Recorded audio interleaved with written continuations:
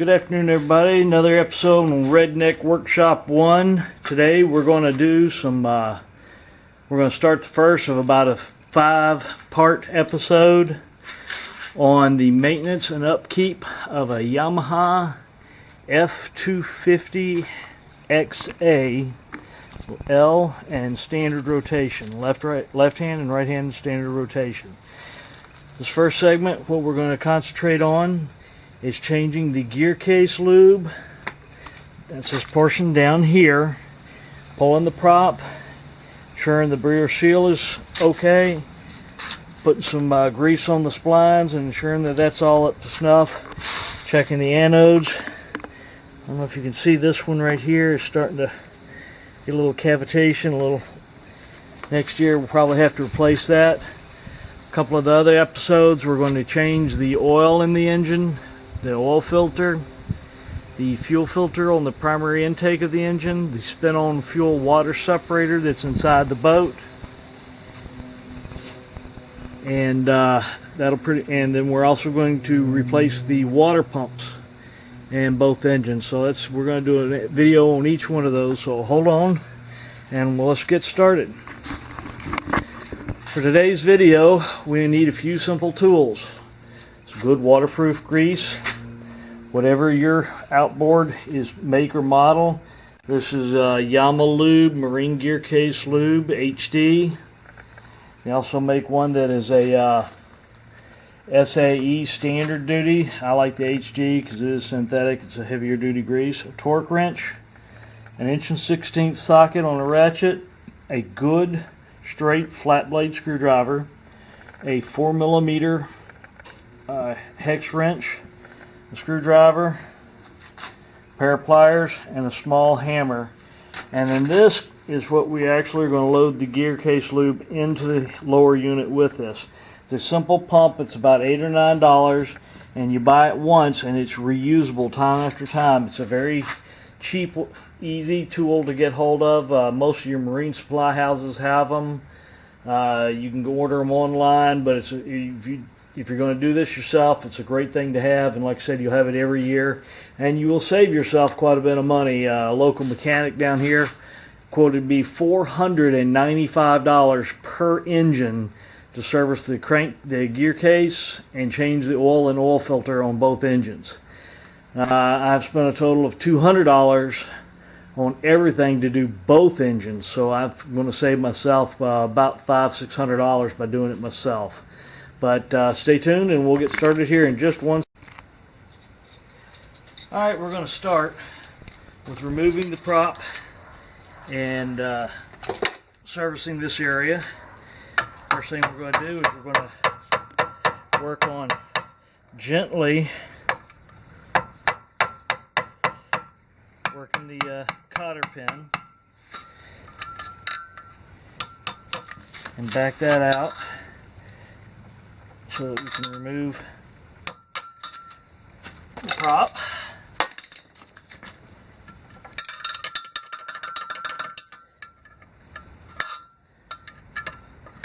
Have to work with it a little bit, but usually they come out fairly without too much trouble.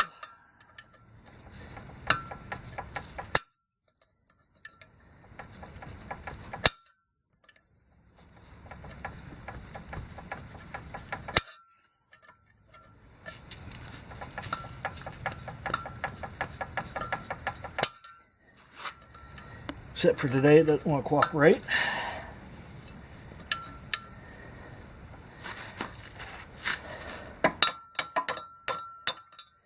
And you get the cotter pin out.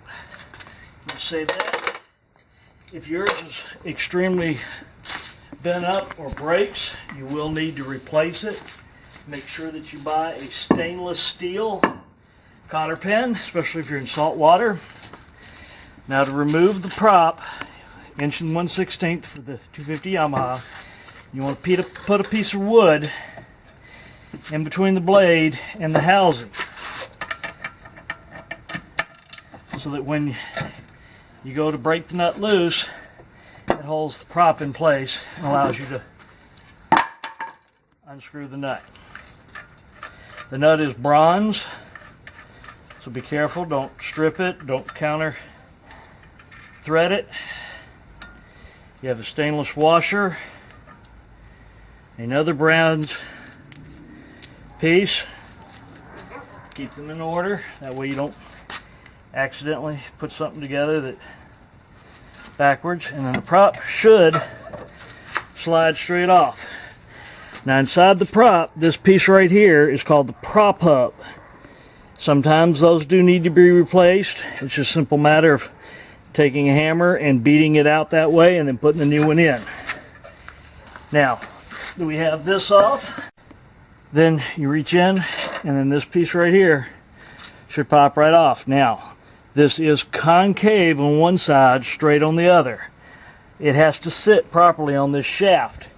Do not put this on backwards. It will not work. You will have lots of problems later on. Now what you want to do is you want to inspect in here. Make sure there's no fishing line or foreign contaminants built up inside here and that this seal is good. Now what we do have inside here is a Zerk fitting, which we will get a grease gun and pump a couple of shots of grease in there. So, now in this grease gun I keep good marine quality waterproof grease that is used for nothing but my outboards and stuff with marine usage.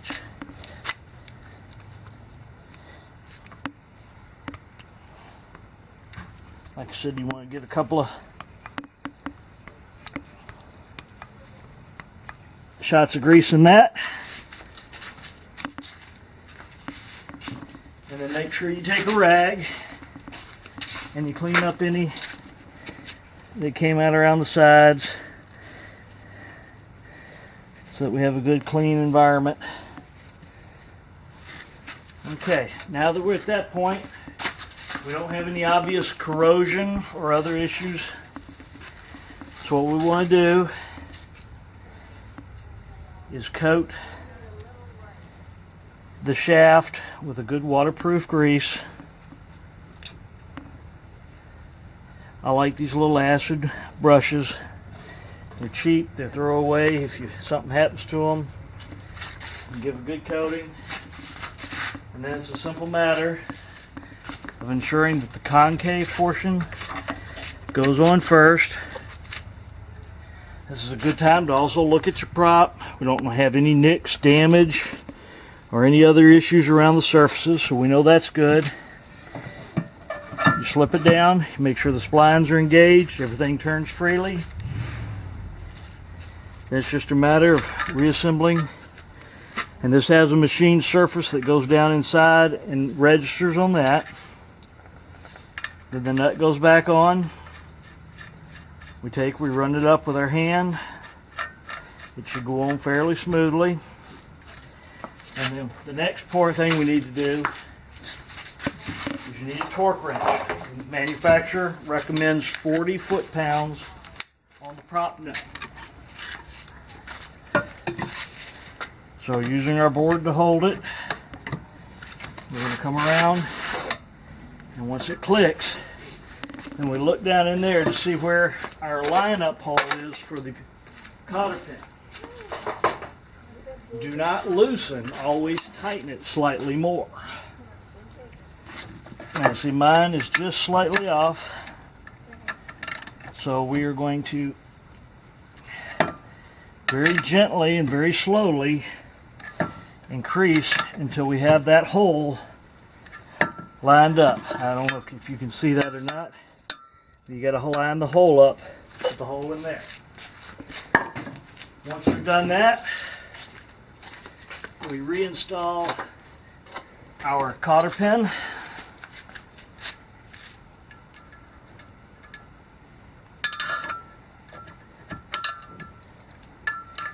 And there are many ways to do it.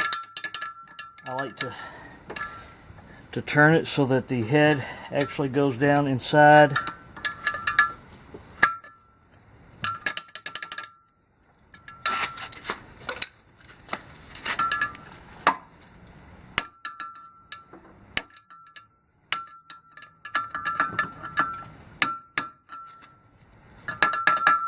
See, I like to do it so the head goes down inside there.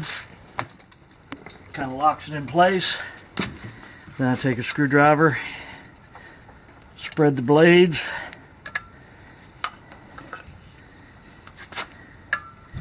and wrap that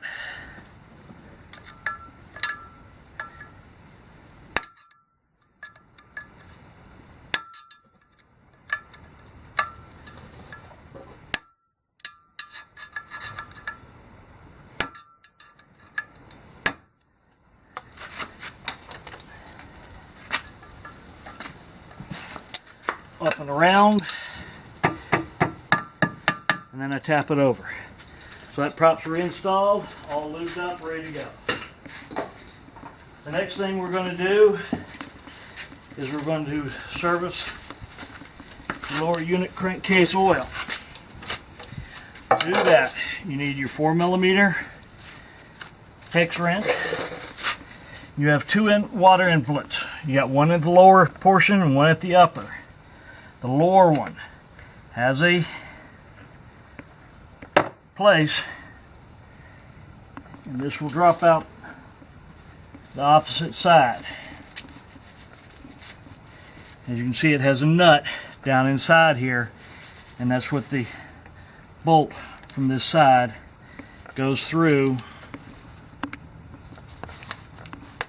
I can keep dropping it. Goes through and captures, and that's what holds it in place. Now, while you have that off, this is a good time to inspect in here. Make sure you have nothing built up, everything's clear and clean up inside there. Now we're going to move to the other side.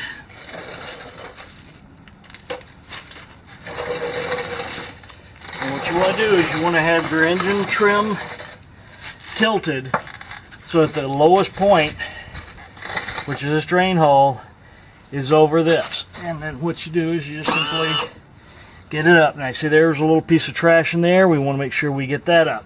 Now you have two drain plugs. You have an upper and a lower. What we're going to do is, first off, is you make sure you have a good quality screwdriver with good flat. And you're going to undo this one.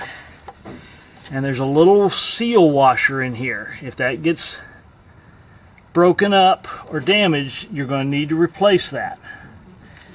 And what you're looking for right now is any metal chips or anything that doesn't look right in that oil. This should be also a little magnet in here to collect any debris, and you want to look at that and make sure that's good and clean. Now, everybody's asking, why isn't there oil pulling out of there? Well, it's quite simple. There's a vacuum created inside here. Until you release this one, it's going to hold most of the oil in there.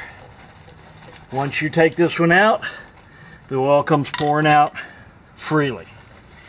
Now, what we're going to do is we're going to wait here a few minutes and let the oil drain. Once we get the oil completely drained, we screw in our adapter and our oil pump, and we lower the engine down so that it's level.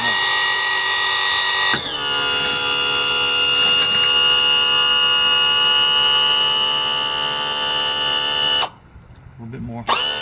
Alright, once it's level, then what we're going to do is sit here and we slowly inject the clean new gear lube until it comes out this hole. Once it comes out this hole, we put the top screw in and tighten it. Then we'll undo the bottom one and put the bottom fitting in place. It takes a few minutes, but the reason you want to bring it down flat is so that you get the proper oil level in the thing. If you did it when it was up here, you'd only get that much, which would leave you dangerously low in your crankcase and could cause a possible failure.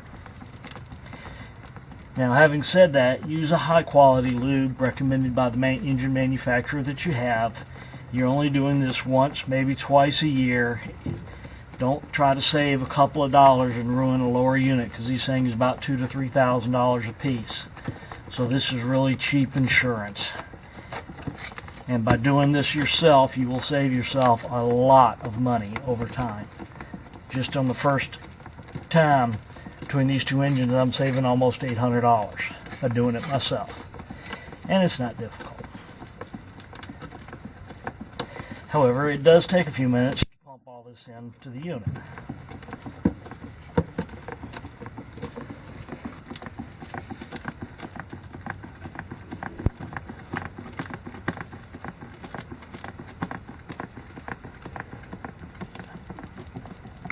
Alright, once it gets filled, see how it starts coming out? I wait till those little air bubbles are kind of disappearing.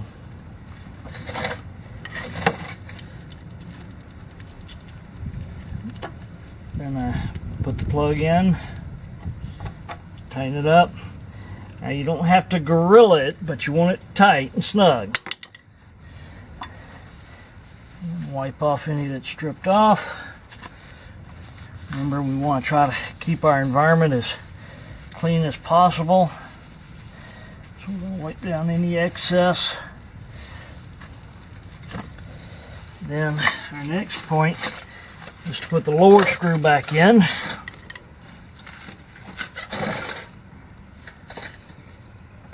Which is done by unscrewing this.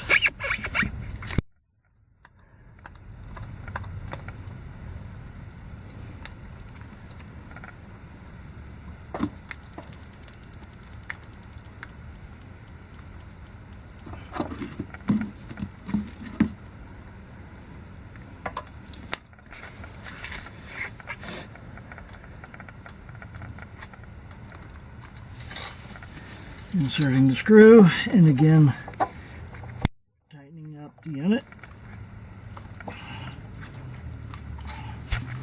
And that is all that's necessary for changing the lower unit grease. Or gear lube, I should say. Again, we make sure we clean out that low pocket really well. Now all we have to do is take our 1mm measuring wrench, place our intake pieces back into place,